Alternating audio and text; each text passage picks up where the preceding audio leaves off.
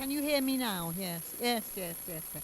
Well, good evening, and lovely to see you, and thank you for remembering that it's the fourth Sunday this month and not the third. Um, and very grateful for you to come out on this, what was a wet day, but anyway, it's dry now. Anyway, it's my great pleasure to introduce Ivan Khvacs to you. Ivan's got a breadth of experience that crosses between theology, academia, the arts and the church. He's taught and published on theology, environmental ethics and the care of creation. But he also has an artistic hinterland as an artistic director in the theatre, and he's published on theology and the arts. Variety is also a theme of his alma maters. He studied in St Andrews, Scotland, in Vancouver and in Canada, and in Santa Barbara, USA. And now he's teaching in Canterbury, while dividing himself between that and being a self-supporting minister at St James's Piccadilly. I first met Ivan when we were both part of the team that prepared the annual novena at the Diocese of Canterbury for a decade or so. And when the time came to choose the artist who would illustrate the year's meditation, it was always Ivan who came up trumps with a brilliant artist he just happened to know. I think we'd all agree that having two part-time jobs adds up to far more than one full-time one. And so we're very grateful indeed that Ivan's found time to join us here to talk from his particular perspective on the intriguing title, The Font of Freedom. Ottobah Cugoano's baptism in St James's Piccadilly. I hope I pronounced it right, please, but you'll put me right. So welcome to Ivan.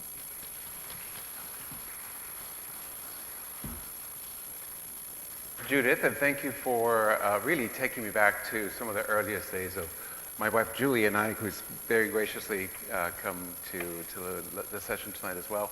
But the work that we did that was really so important, bringing prayer and artwork together. Some of it has really stayed with me, and I still have some of the material that came out of that, and I'm in touch with some of those artists that we developed relationships with as well. Thank you very much for coming this evening. Some of you I know, I see familiar faces here. Another one here, Roger. Lovely to see you. And other faces I look forward to getting to know better in the course of this conversation this evening. So thank you very much for being here. I have a role in the Church of St James Piccadilly, and I want to start saying with something about the Church of St James Piccadilly, because the connection that I want to make is with the person of Ottobah Cugoano. That's how I've learned to say the name, but I had to work very hard on that. And his baptism in the Church of St James Piccadilly in the 17th century. That was pardon me, the 18th century. That was more recently commemorated as a very special event for us at the Church of St James Piccadilly. And we think and we hope in the larger scope, in the larger scheme of things, as an event that will spark some conversation about the place of the church, and particularly about the question of justice. So, may I have the next slide, please, Glenn?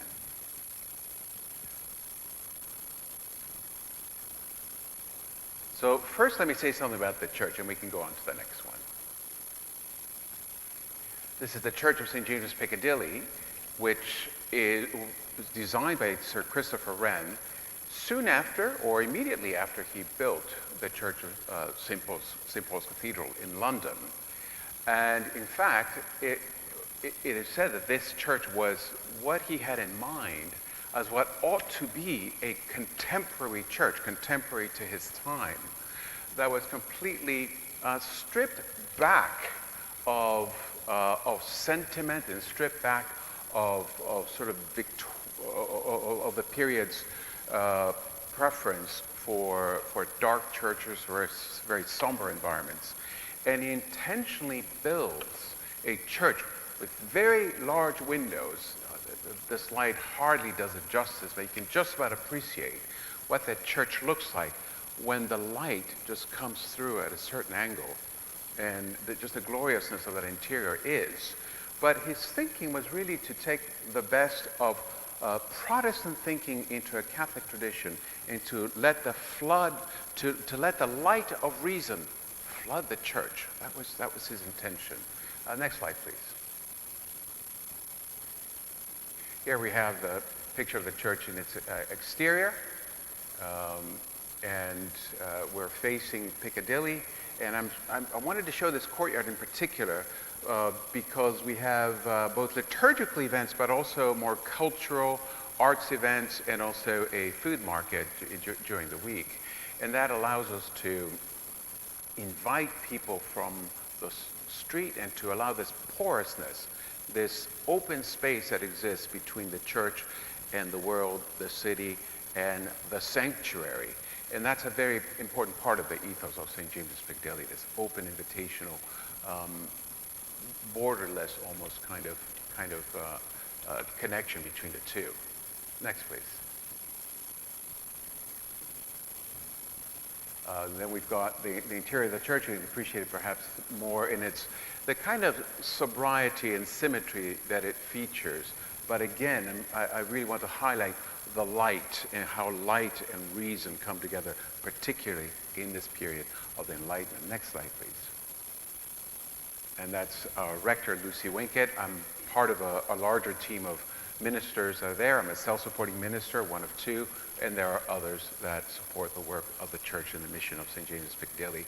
But of course, at the helm, the marvelous and incredibly multi-talented Lucy Winkett, who is a person of, I know as a person of deep wisdom, but also a person of deep prayer.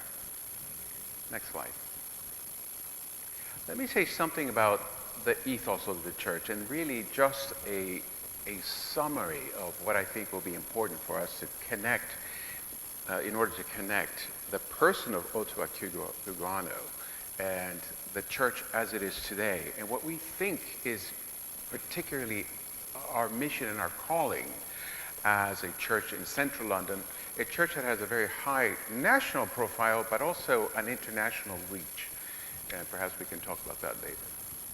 This is the church in its, at Easter just a few years ago, in its looking quite glorious. In fact, unfortunately, what you don't have here is the music, and music is such a central part of worship in Anglican tradition, as you know. But in this church in particular, music is really what sets the tone and sets the environment for being able to explore the spirit and scripture and sacrament and questions of mission and people. Next, please.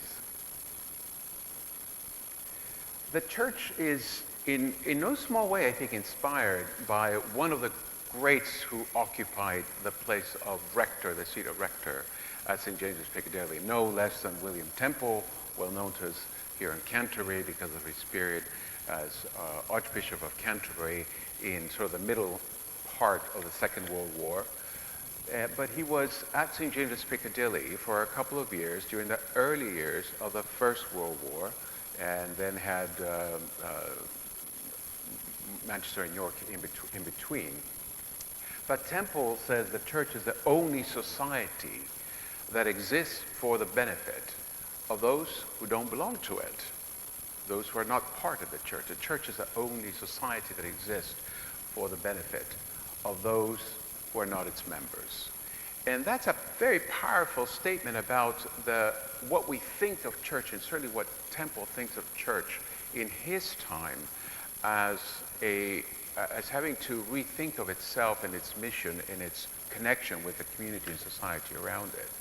Next slide, please. So the picture you saw before was a slide of the church at the act of communion, of sharing the Eucharist around the altar. But that same sanctuary where the sacred service takes place becomes, on a Monday, or at times it might be another day of the week, perhaps even on a Sunday, but certainly regularly on a Monday becomes a place of sharing a meal, a place of sharing companionship, a place of making friendships for people who are homeless or on the asylum seeker system. And people know to find us. We're well known in the area. We're well connected with the work that other churches do around Westminster as well.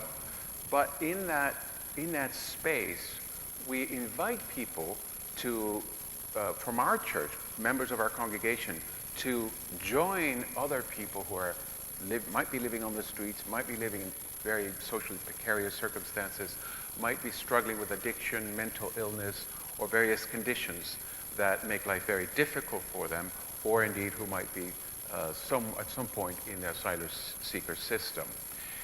The point of this dinner is not to offer a handout or to do meals for the homeless. All of those models we know very well. The point of this meal is to sit down at a table, to share the company of others, to get to know one another, to share a meal as a representation, as a way of exploring what it means to experience God in our midst as equals before God. Next slide, please. So what does social justice look like? Is this a picture for you of what social justice looks like? If that's one of the, that's a driving ethos for the Church of St James Piccadilly, and in some sense for the church more widely. Next slide, please. Well, in a sense, the church is no different than perhaps this church or many other churches in that we have a responsibility primarily for worship of the church, for bringing people and encouraging and inculcating faith, and for encouraging people to explore Christianity in whatever way becomes part of their Christian journey and their spiritual journey. But embedded within these services of worship that we might recognize as part of the church or the mission of the church more widely, we have, again, these acts of social justice that have a particular appearance or a particular place in the church. Meals that are served with our homeless guests and people on the asylum seeker system. 6,000 meals a year. And that's just the year coming out of COVID, and we're doing far more than that now. So that's 2021, if you think about that. I'm sure you've heard that a lot of churches experienced this past Sunday at Easter record numbers in church attendance, and we have been experiencing that year on year in our church, again coming out of COVID and recovering from some of that period. There's a whole eco-theology and ecology concern in the church, and that's what that box that says food saved from waste per year represents. 17,000 pounds worth of wasted food saved. There's 6,000 hours of counseling that is provided to people on a walk-in basis for free.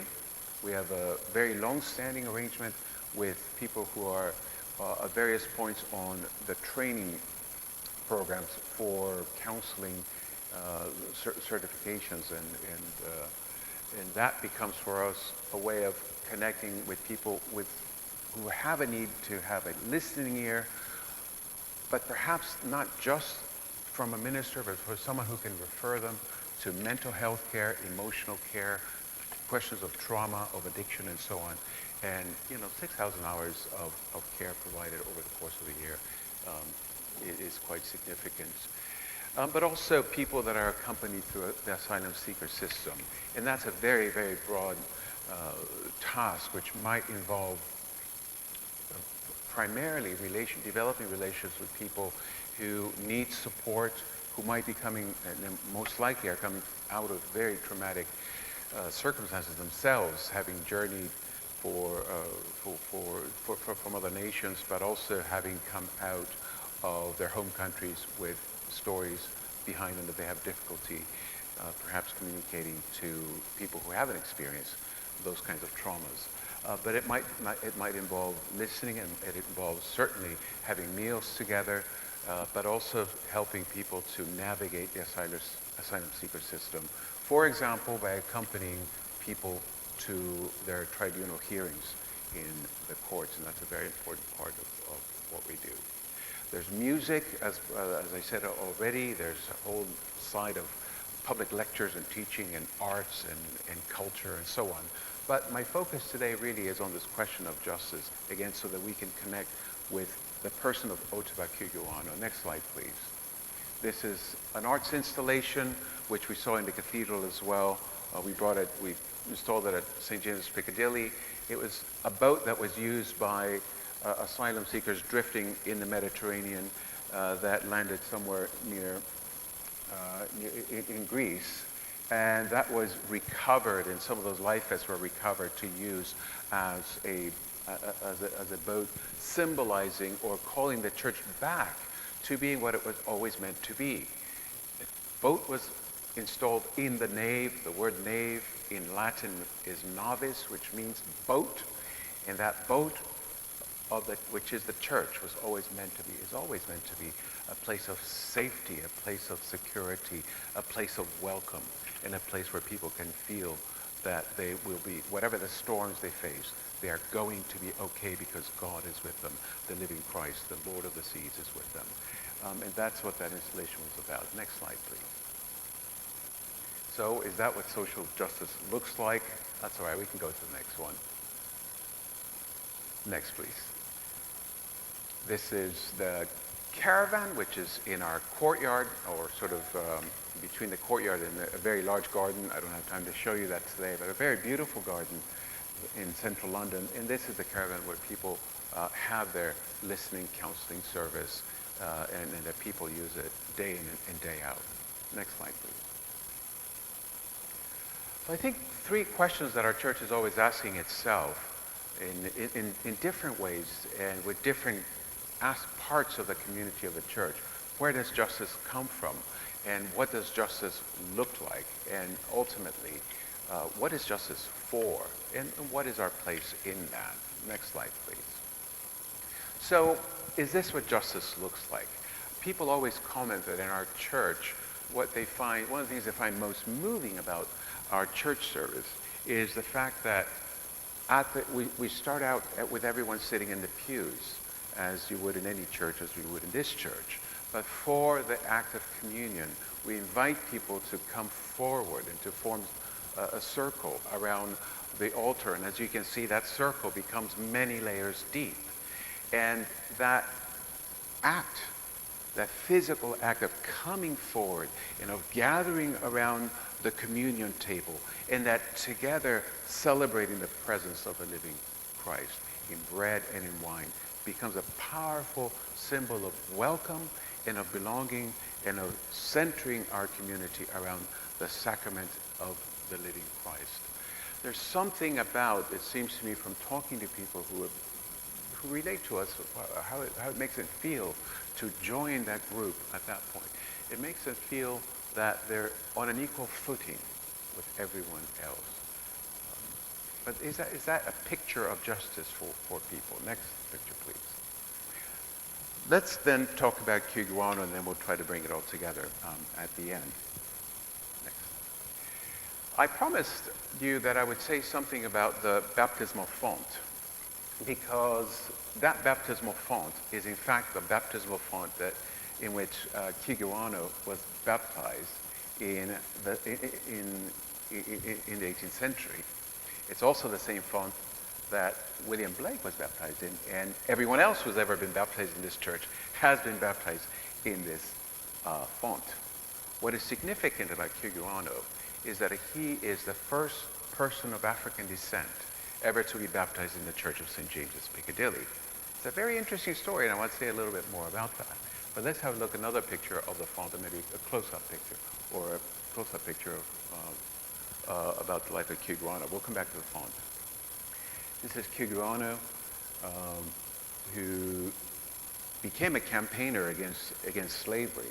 And what I want to say is that I think there's a real intriguing connection between that font and the story of Christianity and of baptism that font has to tell, and the person of Cugoano and what he became and what he brought to the church, what he came with, the questions that he was asking Christians in his time. He was born in 1757 in Ghana. He was abducted into slavery from the Ghanaian coast and taken initially to Grenada. From Grenada, he seems to have made his way through the Caribbean, through the eastern United States, and eventually ended up in London in 1772. That's a significant year because 1772 was a year when a landmark case in Britain determined that slavery in England was an odious practice and it could not be tolerated under common law, and that it was, thank God, nothing that was provided for within parliamentary law. And as a result of that case and the freeing of a person who was arguing for his freedom, Cugoano also benefited from that decision and therefore gained his freedom, became a free person. But the first thing he does with that freedom is to turn up at the church, turn up at my church at St James Piccadilly to ask for baptism. He publishes a book with a very long title, which is about the evils of slavery. We'll see a picture of the book in a minute. About 13 years after his baptism. He was kidnapped when he was 13, taken into slavery, and within 3 years, he is in London asking for his freedom, demanding Christian baptism, and having something to say about his own life and what he thinks Christianity needs to do in asking itself the question, where does justice come from? Who is justice for? What is justice for? And finally, he dies in 1791 in London. Next picture, please. This is the only known picture that we think represents Cugoano. He has because of where he lives in central London and because of the connection of our church, we are the church for the Royal Academy of Arts. He had a lot of connection with artists, and in fact, he lived and ended up working in service for a household of artists, a very well-connected couple, husband and wife, and through those connections, he seems to have ended up possibly being a model for a number of different portraits. None have been really identified as his image, but this is the one that we think actually represents him, and it comes from an etching showing a larger sort of domestic life. Next slide, please. This is a tablet that we commissioned to commemorate and really to celebrate the person of Cugoano and the seeds that someone like him, among others, but certainly Cugoano, planted in the heart of the Church of St. James Piccadilly. That in the 18th century, he could say Christianity needs to have a heart of mercy and a mind fixed on justice. And the way in which he was able to say it, the argument that he put to the people in his book publication is very powerful, and I hope we get a little flavor of that in our conversation today. But this is the first time and the only existing acknowledgement of Cugoano as a person, any kind of monument that honors him. But there's an interesting story about his baptism, because I'm sorry you can't see it, you can't really appreciate the carving on that very plain kind of slate or granite. But sorry, I think it's slate in fact. But it's a plain sort of stone, very rough hewn, and just intentionally left that way, as if to say his work is not yet finished. It's yet to be done. But there's an interesting story of his baptism, because we couldn't find his name on the records. We couldn't find an Ottobah Cugoano on the baptismal record of the church. What we found was a John Stewart. He was given an English name, meaning a Christian name. That fact tells you something about the period in which we're living. That fact tells you something, I think, about the kind of personal challenge that he faced in saying something about who he was, what he believed, and the faith that he came to call his own. When he publishes his book, some years later, he publishes it under his given name, his African name, Ottobah Cugoano, as if in some way claiming back the years that have been taken away from him and remaking that person, that life, that story, and that identity a story which is both about justice and about what God does to redeem our lives within the novice, that nave, that boat, that place of welcome that is the church. Next slide, please. That's the book. That's in a sort of contemporary book cover. That's and on the right-hand side you see a picture of the front page of the book, published in 1772. Now, what or in the 1780s now. What's important about his date of baptism is that it comes 1773. That's 3 years before the American Revolution, when people are thinking about questions of liberty, very seriously debating what liberty is. Well, whatever you think of the American Revolution or War of Independence, as it is, as I do have a connection to it as well, there's thinking about what liberty is and what freedom is and what justice is. And it happens within that period of also the French Revolution, where we think, well, that's when we began to seriously think about the rights of humanity, human rights and equality and justice, equality and fraternity among all, and so on.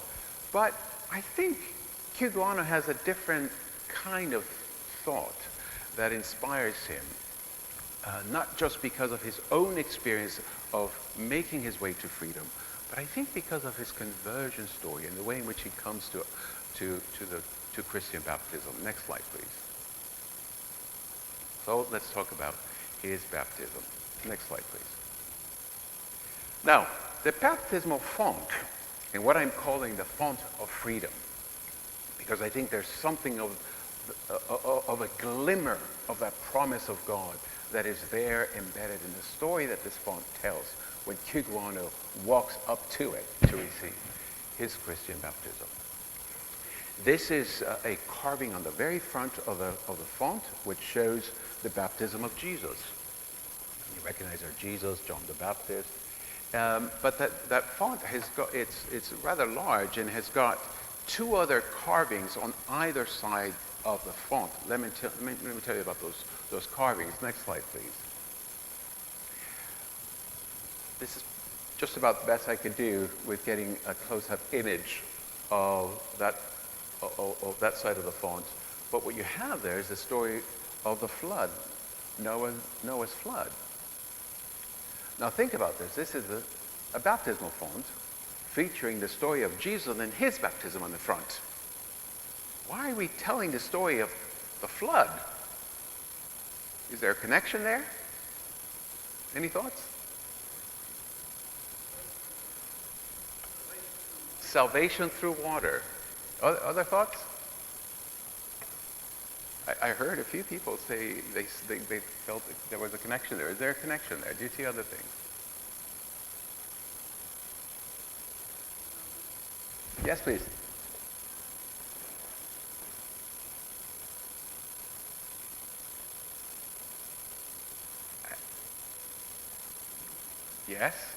Yes. All the diversity of animals are there, and the family representing the earth is there. Absolutely, yes.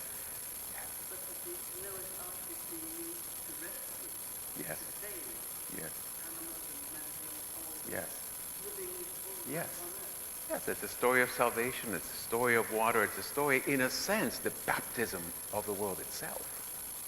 And so the artist Grinding Gibbons puts that story there at the center of the story that this baptismal font has got to tell. Next slide, please.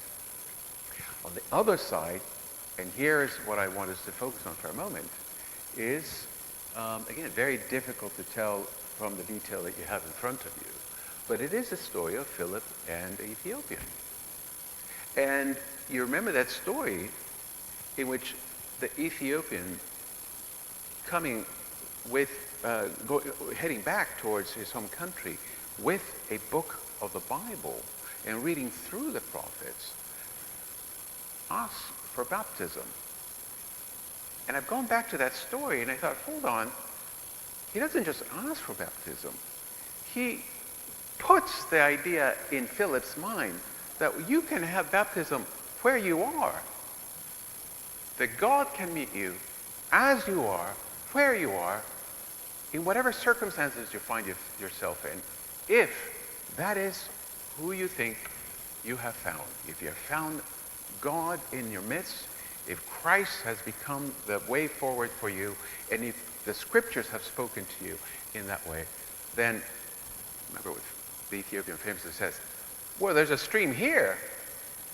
Why not here? And Philip thinks, well, actually, why not? And I think there's something about this story that must have touched Cugoano's heart and mind. There had to be something about his journey from his home country, from the land that he grew up in, into the New World. That passage, that horrible passage that we hear and read about, that middle passage through the Atlantic Ocean, that passage through water, which for Cugoano now becomes a passage through water into freedom, into new life. I'll just say a little bit more about that at the end. Next slide, please. But let's talk about his book and just try to appreciate, I think, some key ideas, or really the three central ideas that he is exploring in this book. And I'll try to do this as succinctly as possible. In fact, next slide, please. I've whittled it down, and the next one. I brought it down to three themes that I think Cugoano wants us to rethink, to use to recalibrate our notion of what Christianity is and can be today. What is a just nation? What is a just church? And finally, what is a just God?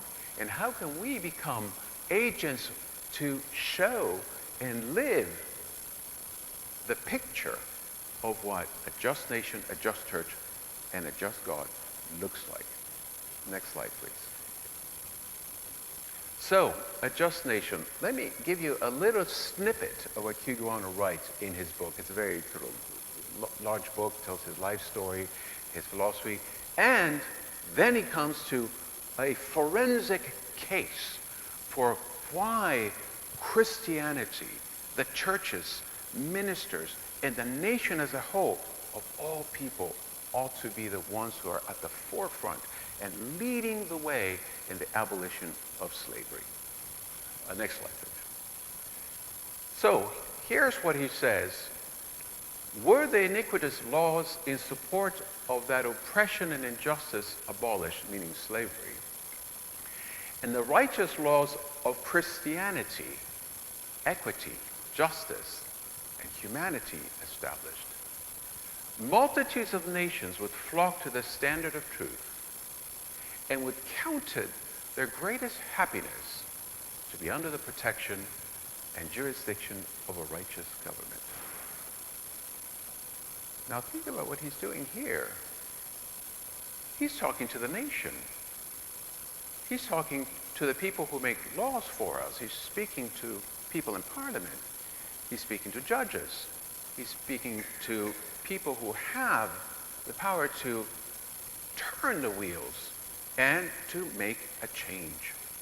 And the argument he's making is about a national identity as a nation of justice.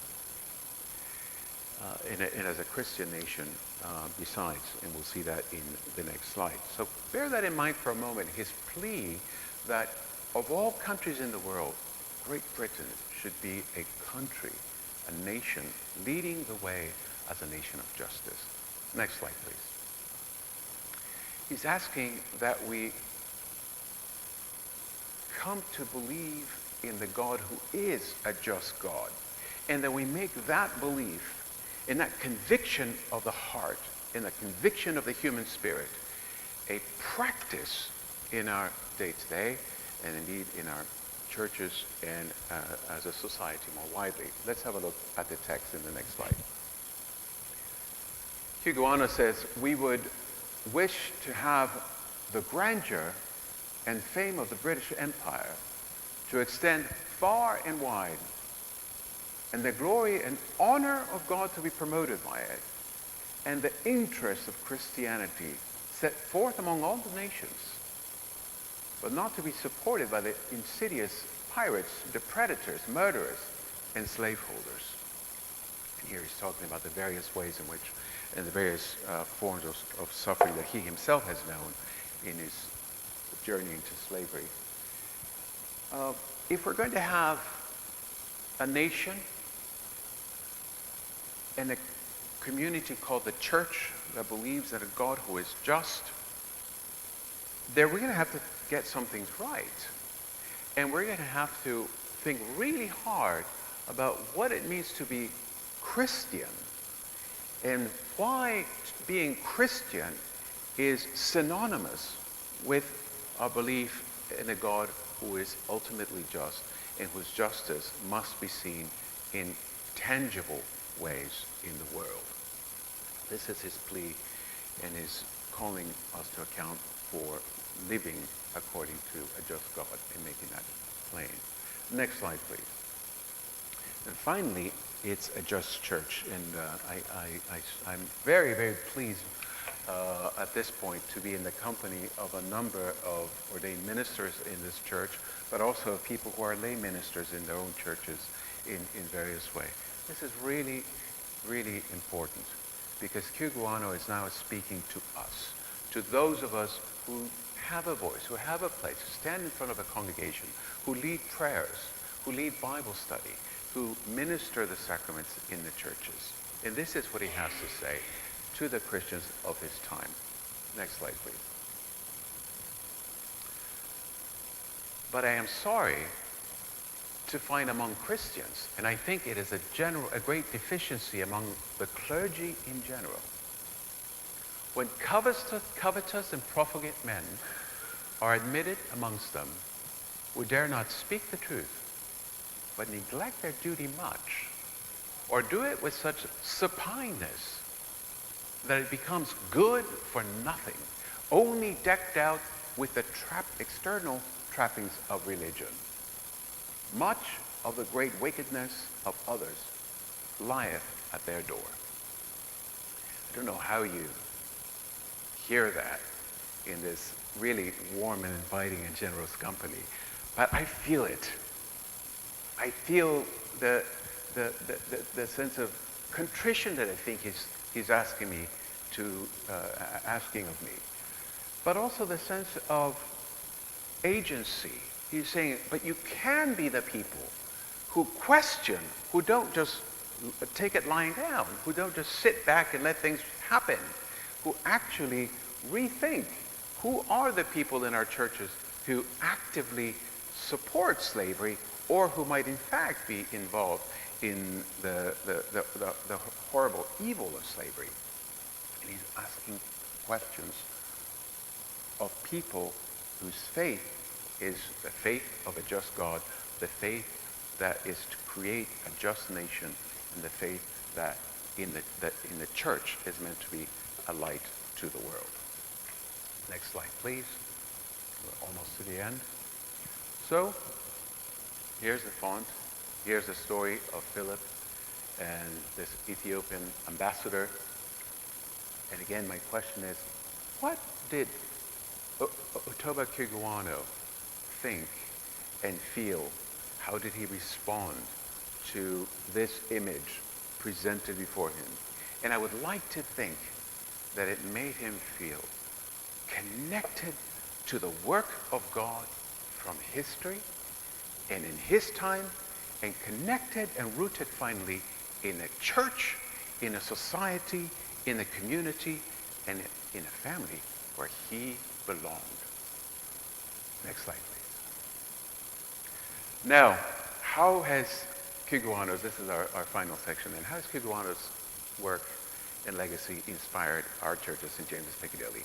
Well, in celebration and to commemorate his really inspiring writing and life and work that he did against slavery later on, but also for poor people, and particularly poor black families living around London. This is what we did. Next slide, please. Our church commissioned artworks to be done by an artist based in Trinidad called Che Lovelace, who does a lot with water and always has these kinds of quadrants, these kinds of, his paintings divided into 4 squares, as if to show a kind of fragmented history, the fragmented nature of the kind of identity that he's trying to depict in his paintings. And he chose to depict the baptism of Philip baptizing, the baptism of the Ethiopian by the riverside, in these vibrant colors, and with a sense of joy behind it, with a sense of our being able to connect with this as a story of hope. Next slide, please. This is the second of 4 panels. I've got 3 panels to show you because I have them in high detail, and I'll show you the 4th one in less good detail. But this panel is called Passage. And this depicts the story of Cugoano's baptism, that passage through the sacrament of water in the Christian faith, as the passage of the person being taken from slavery, going through the Atlantic Ocean. And of course here he connects this with the horror of that we know that people face when they were thrown overboard or died and simply were discarded as if their life were simply chattel. There is also a more contemporary connection that relates to the kind of rebirth or renewal of the African diaspora in this passage, which means which speaks of a culture that brings something of richness, of tenacity, of survival, and of teaching and helping us to become finally a people of justice that I think Che Lovelace is connecting with and has spoken about in some way. So again, this has both those horrendous connotations of slavery, but also the kind of story of hope, of rising from that water into a life of freedom and a life of justice. Next slide. Here is Cugoano in this painting called Spirit, in which he emerges not as John Stewart, but as Ottobah Cugoano, a Christian person. Next slide, please. This is Che Lovelace, the artist. Next slide. And yes, thank you. The artist says the only way forward towards equitable societies where wounds heal and more promising futures are imagined is by being more honest about the past. And I hope I've given you a little bit of a glimpse about the way in which honesty about the past is both about facing the failings of the church, but it's also about seriously interrogating ourselves about what we believe and who we claim to believe in and what that looks like in the real world. And I think both Cugoano and the artist and the inspiring work that has generated lectures and music and other artistic renditions around this celebration of his baptism of St James Piccadilly has done that. It certainly has inspired me in that way as well. I think that's the talk then. We can go on to the next slide, just to keep it there. Oh, there's Lucy and the Bishop of Croydon commemorating or installing that commemorative tablet, and finally one more, I think. Oh, there we are. That's it. Yeah, there you have all the 4 panels side by side. Thank you very much.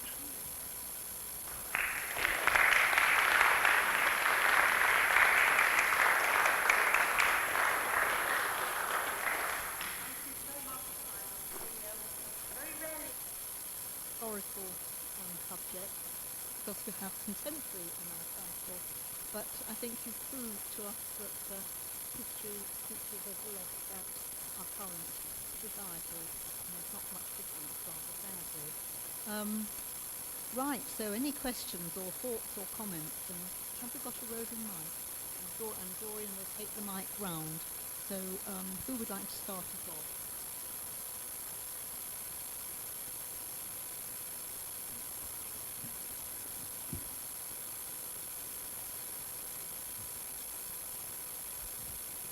Thank you. I've got a very simple artistic question.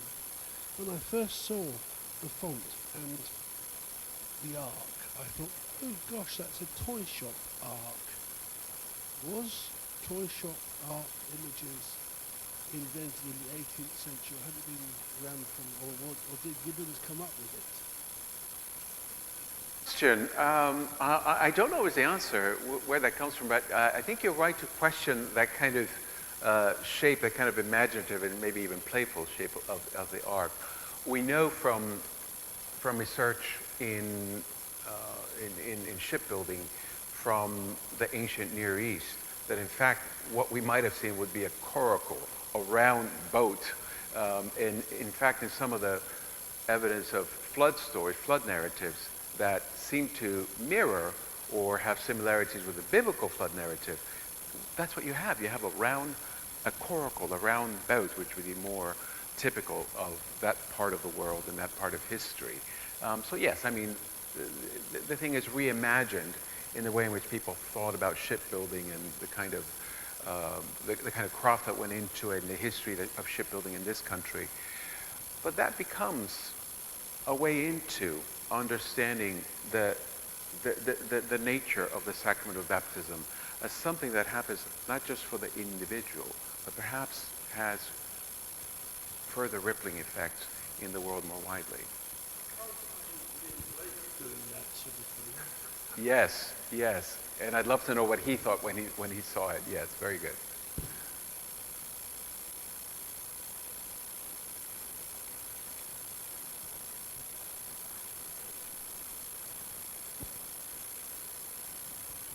First of all, thanks very much.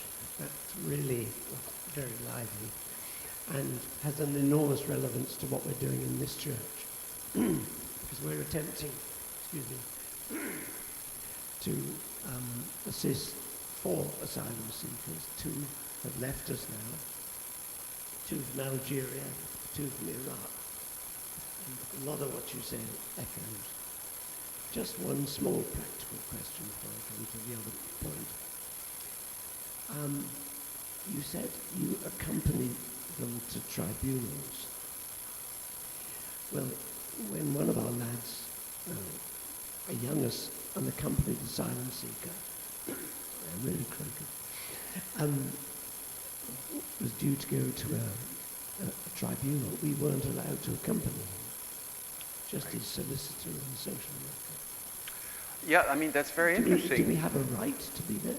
Yes, I mean, generally speaking, we have. I can't think of any situation in which we've been told that we can't be there in support of a person. We aren't able to intervene in the course of the tribunal, but we certainly are there as a presence, as support. And it wouldn't be just me, it would be other people from the church as well. Okay. Yeah, but it's a very moving experience to see people literally fighting for their life and having to expose, as perhaps they know they have to, the most intimate and harrowing details of their life and of their journey and of their story. and hoping that that will open up the pathway for them to be able to find their way to freedom. Yes, the other point was, I wonder if he had anything to do with Ottobah Cugoano, another man who wrote very influential stuff. Again, under the slave. Yes, yes, yes. Was there any connection between the two at all? Yeah, roughly well, contemporary. I think the connection that I make is about the publication. And what's, in fact, Cugoano's book gets 2 or 3 different publications after in slightly different editions. But it's a period where pamphlets and very everyday kinds of publications are very common, very widely available, and people want to read. People are really have an appetite for ideas and for debate and for discourse. And I don't know anything about the story of his bringing the book. I'm not sure that we do know anything about the story of him bringing the book to publication.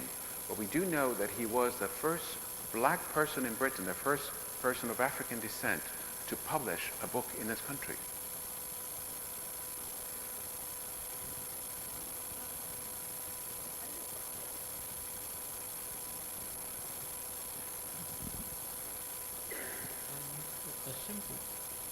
A simple one.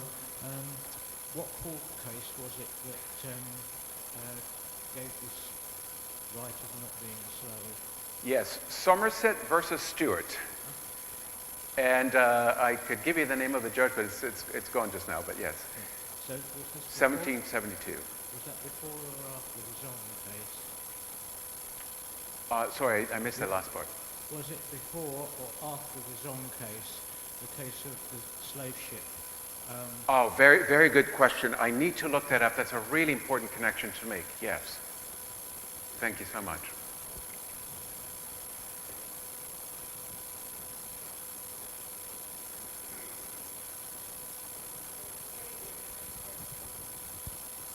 Thank you. Thank you very much for this brilliant session.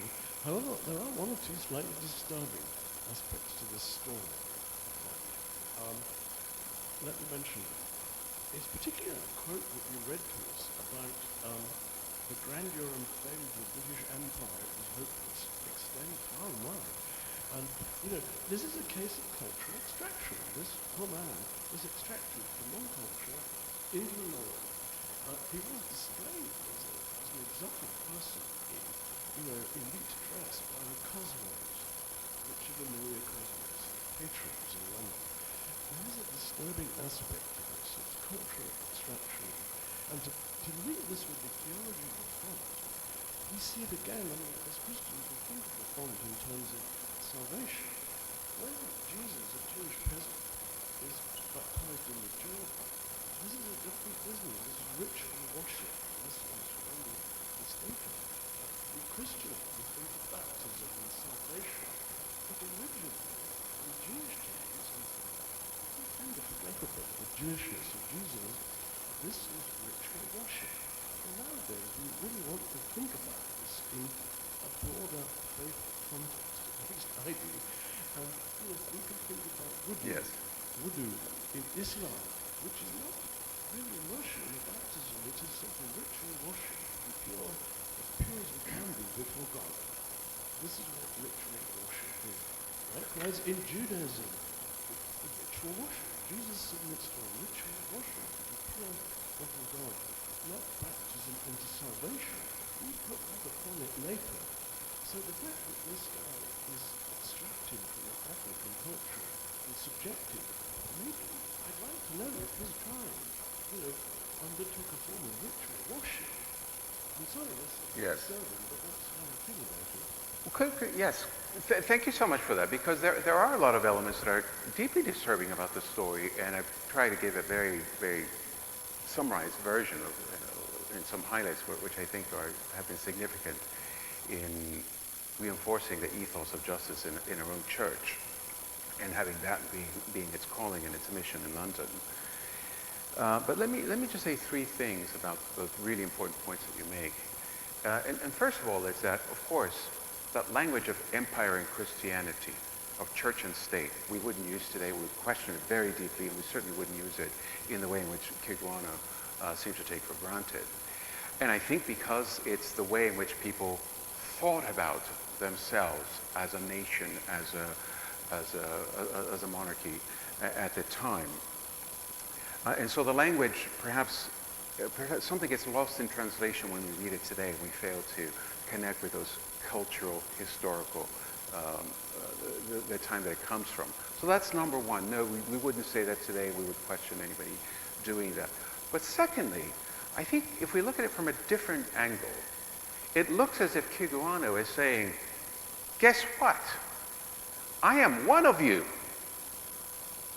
And I have the right, as any of you have the right, you British-born people, you people who have the benefits of being the great nation that you have become. But here I am,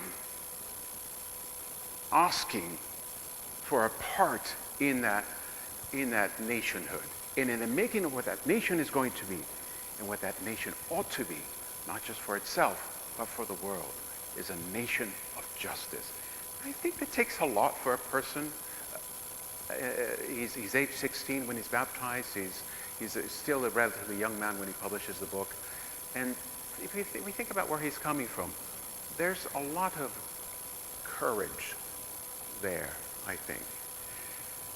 And finally, I think for Cugoano, there is a sense of calling us back to our own baptism, calling the people of his time. You heard what he said to the clergy, but certainly calling people in his time, and as I read it, and as I've read it with my colleagues at St James Piccadilly, as I read his story in his book, we feel that he's calling us back to our baptism. It says, do you turn to Christ? Do you turn away from evil? Do you seek to follow him? And that's a really important question for, I think, for all Christians. Thank you.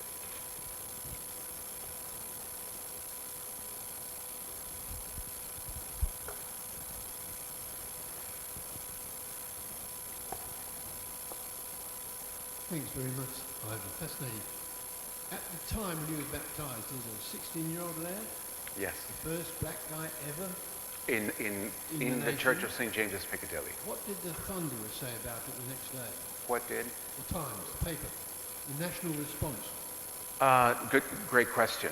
It would be good to have a look at the archives and see how that was received.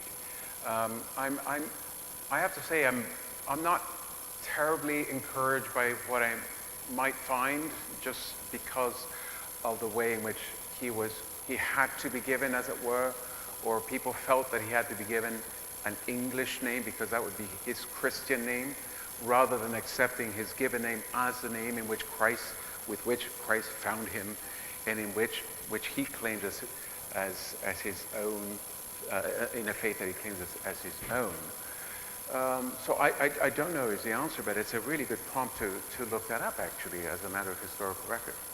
And it was John Stewart for the morning, and then back to Cugoano. The Somerset versus Stewart case. Is that the same Stewart? It's not, actually. It just happens to have a similar name, yeah.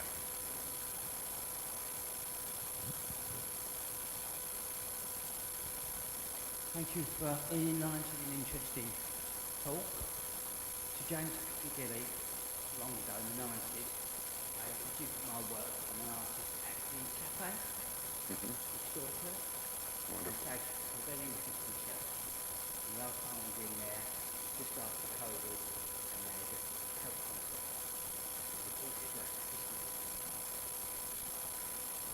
Thank you so much. So very good to hear from you, and I'm so glad you're here tonight. Thank you.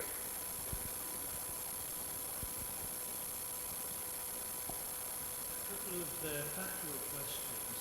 How did this subject actually specifically come to be in England at that particular time?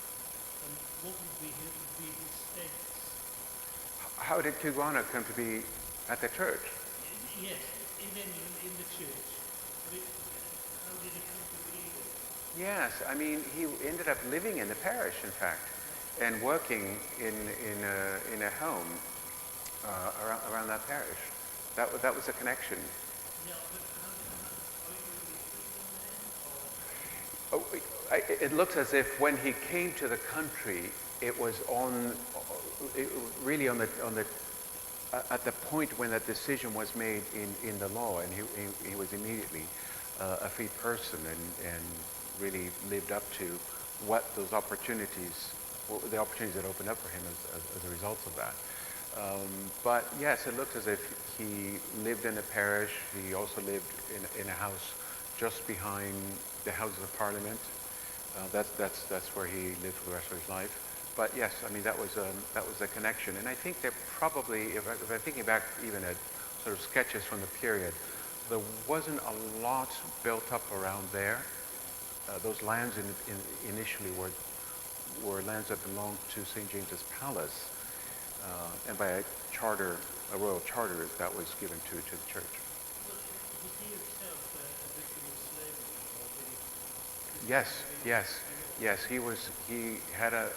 He was taken as a slave to Grenada to work in that horrible and deplorable life. Yes, as a young man. Could I follow on from that? Does he in his book, or do you know from other sources, anything about the circumstances of his conversion and what actually led him? No, not really, because he writes the book from the standpoint of a person who thinks of Christian faith as his own, and who calls on the name of God as the God of all people, all humanity, the creator of us all, whom he knows in the church. So, yes, I mean, the story is not really concerned with himself in that way, but really with what he can say to the nation and what he can say to readers and to Christians in particular about what we need to get right if we're going to have a future as a church that is just, as a nation that is just, and as a people that can call ourselves a people of a God who is just.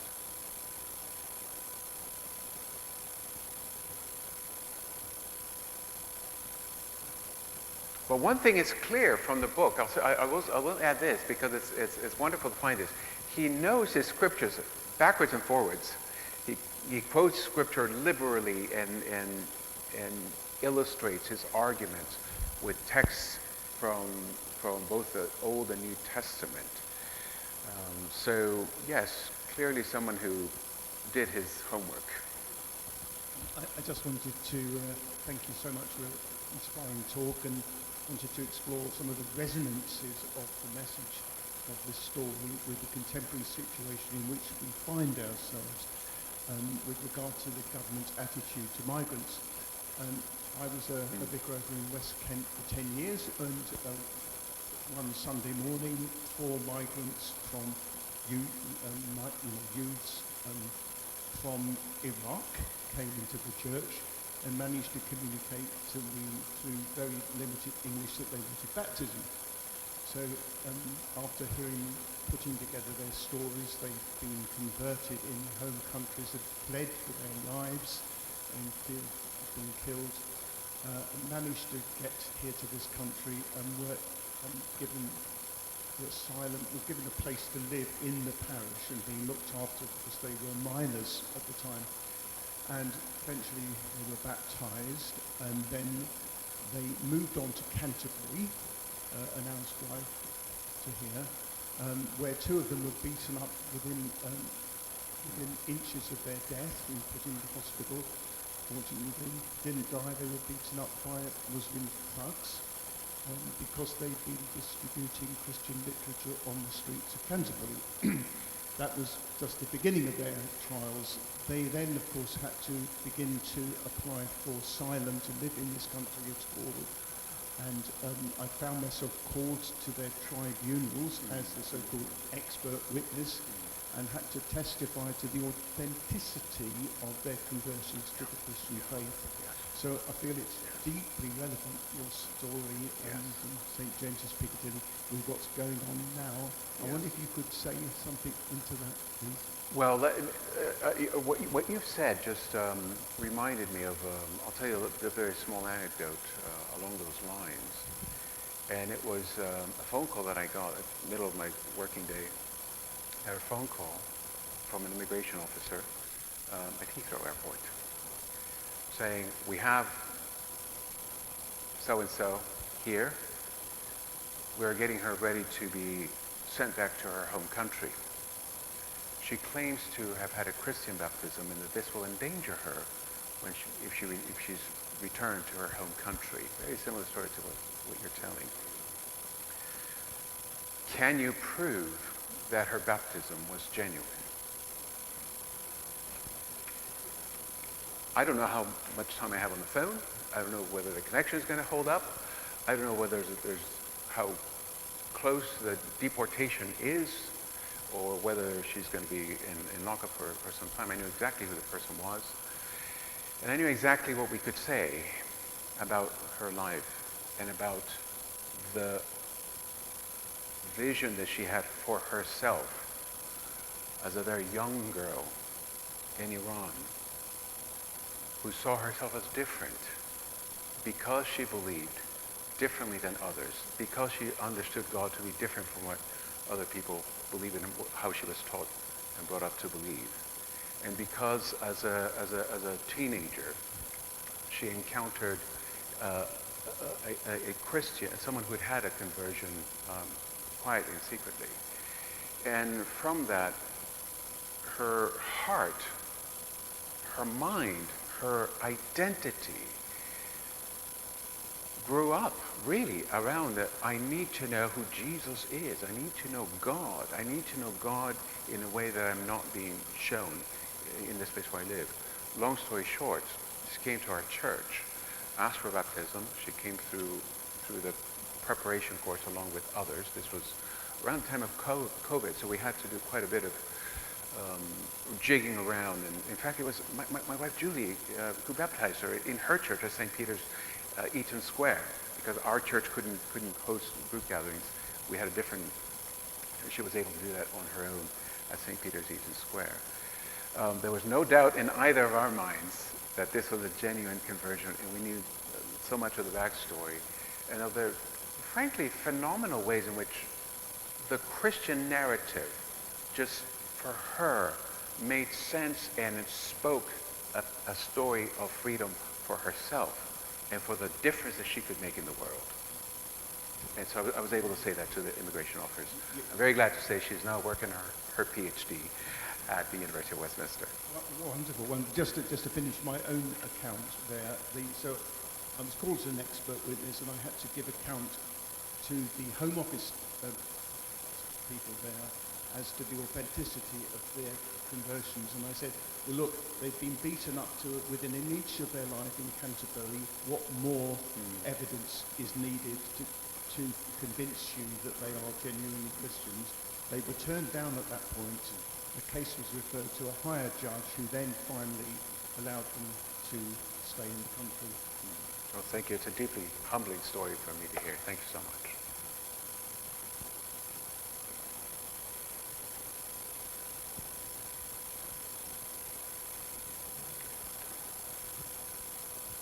Another example of what we were saying just now, when I was in Liverpool, when Welby was in the dean, he invited Michael White, the vicar of Baghdad, to come to Liverpool Cathedral and speak about the same issues. And Michael White stood up and waved a piece of paper and he said, this is a death sentence. He said he baptized in Iraq, in Baghdad, I guess it would be, 20 people perhaps. 10 of them with their baptism certificates were dead within a year, murdered by the locals. Not unknown or unexpected. Yeah. Thank you.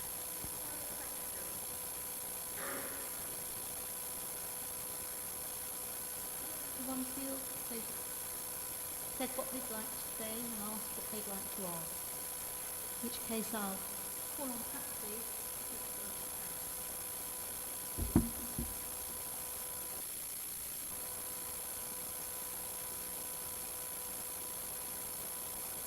Well, that was absolutely inspirational, and I'm afraid I've made lots and lots of notes, so my vote of thanks is going to be a little bit disjointed.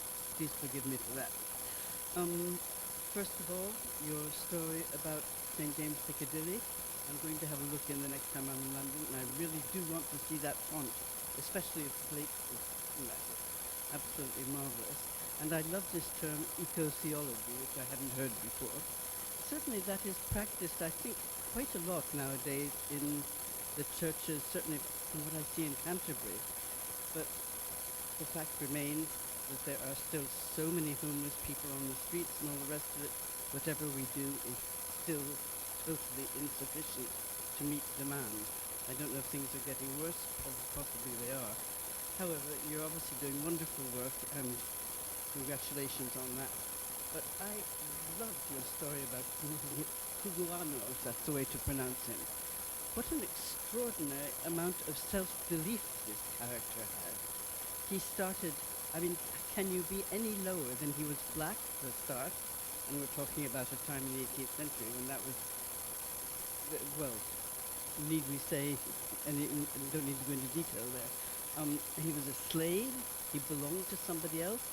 I presume he was illiterate when he was taken from Ghana at the age of 13, and he ended up by actually telling us, giving us very strong lessons about the way the country should be run and the way the clergy should behave, which is, when you think about it, is absolutely extraordinary. It's extraordinary.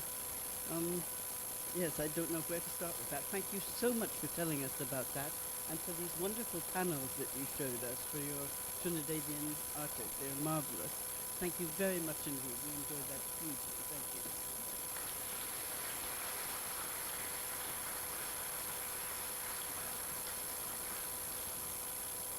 I've just got one last question, actually. Where can you see the panels? Are they on display in the church? 7 days a week into St James Piccadilly, there in the narthex.